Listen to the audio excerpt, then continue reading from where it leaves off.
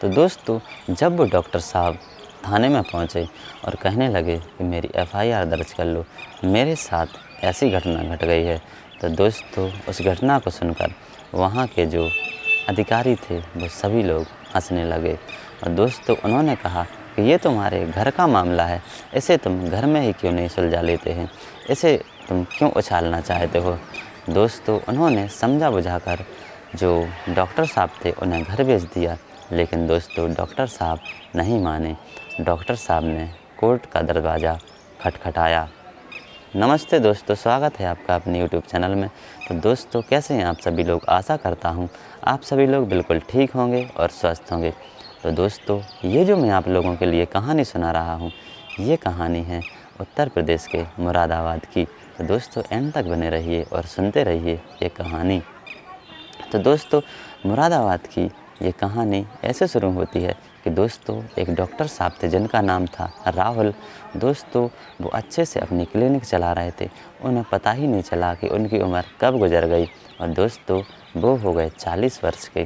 तो दोस्तों एक बार एक बिचौलिया होता है, वो उनके पास आया और कहने लगा डॉक्टर साहब अब तो आपकी उम्र हो गई है और उम्र निकलती ही जा रही है, क्यों ना ही आप शादी कर लेते हैं। तो डॉक्टर साहब ने कहा कि अच्छी सी एक कोई लड़की मिल जाए तो मैं शादी करने के लिए बिल्कुल तैयार हूँ। तो दोस्तों जो बिचौलिया था उसने एक लड़की की इन्हें तस्वीर दिखाई और ये पहली ही नज़र में उस तस्वीर पर फिदा हो गए।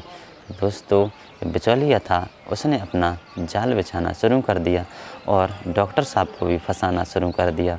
दोस्तों उस बिचौलिया ने कहा कि आप हाँ करिए, मैं आपकी शादी करवा देता हूँ। दोस्तों डॉक्टर साहब ने कहा कि आप कभी भी हमारी शादी का मुहूर्त निकलवा दीजिए, मैं बिल्कुल तैयार हूँ, मैं सारी तैयारियाँ कर लूँगा। तो दोस्तों उसने एक तारीख़ तय करवाई पंडित जी से शादी के लिए और दोस्तों वो दिन जल्दी ही आ गया जब उसकी शादी होनी थी। दोस्तों शादी की सारी रस्में अच्छी तरीके से हुई और उसकी शादी भी बहुत अच्छे तरीके से निपट गई। दोस्तों लेकिन शादी के बाद जब सुहाग रात आई तो दोस्तों जब डॉक्टर साहब कमरे में प्रवेश किए और उन्होंने कोशिश की सुहाग रात मनाने की, तो दोस्तों डॉक्टर साहब ने जो देखा तो वो दंग रह गए। दोस्तों जो वो महिला थी, जो दुल्हन थी, वो किन्नर निकली। दोस्तों जो दुल्हन थी उसने कुछ दिनों तक तो डॉक्टर साहब को घुमाने की कोशिश की कि मेरा इलाज चल रहा है, मैं कुछ दिनों में ठीक हो जाऊंगी। दोस्तों कम से कम 10-15 बार डॉक्टर साहब ने कोशिश की सुहाग रात मनाने की, लेकिन उस जो औरत थी, जो दुल्हन थी, उसने किसी न किसी बहाने से डॉक्टर साहब को रोक दिया। दोस्तों लेकिन इसके बीच में जो वो दुल्हन थी डॉक्टर साहब से खूब पैसे ऐंठ रही थी।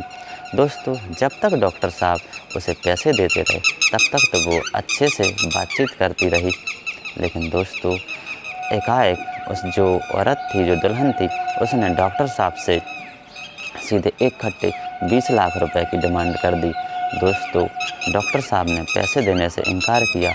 दोस्तों उसने बहुत बुरी तरीके से डॉक्टर साहब के साथ मारपीट शुरू कर दी और अपने घर वालों को भी बुला लिया। जो दुल्हन थी उसने अपने घर वालों से ये कह दिया कि तुम भी अब यहीं पर मेरे साथ रहो, यहीं पर खाओ पियो और डॉक्टर साहब को ब्लैकमेल करो।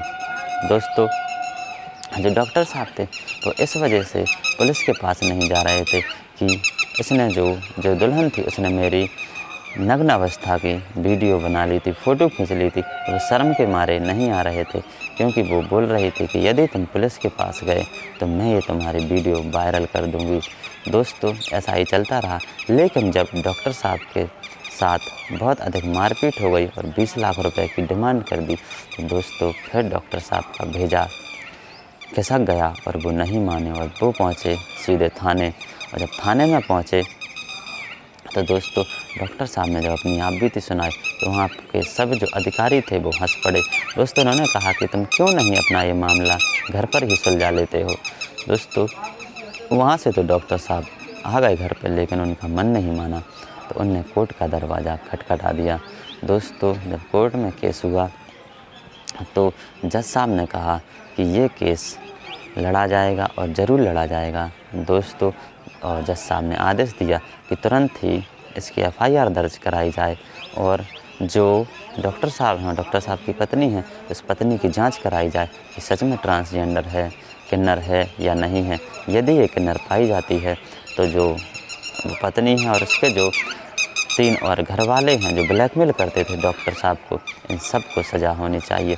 दोस्तों, जब जांच हुई तो वो किन्नर पाई गई और सबको सज़ा हुई। तो दोस्तों, ये घटना थी उत्तर प्रदेश के मुरादाबाद की। तो दोस्तों, कैसी लगी आप लोगों के लिए कहानी? यदि कहानी पसंद आई हो तो प्लीज़ हमारे चैनल को सब्सक्राइब कीजिए, वीडियो को शेयर कीजिए, लाइक कीजिए, कमेंट कीजिए, बेल आइकन को प्रेस ज़रूर कीजिए। धन्यवाद।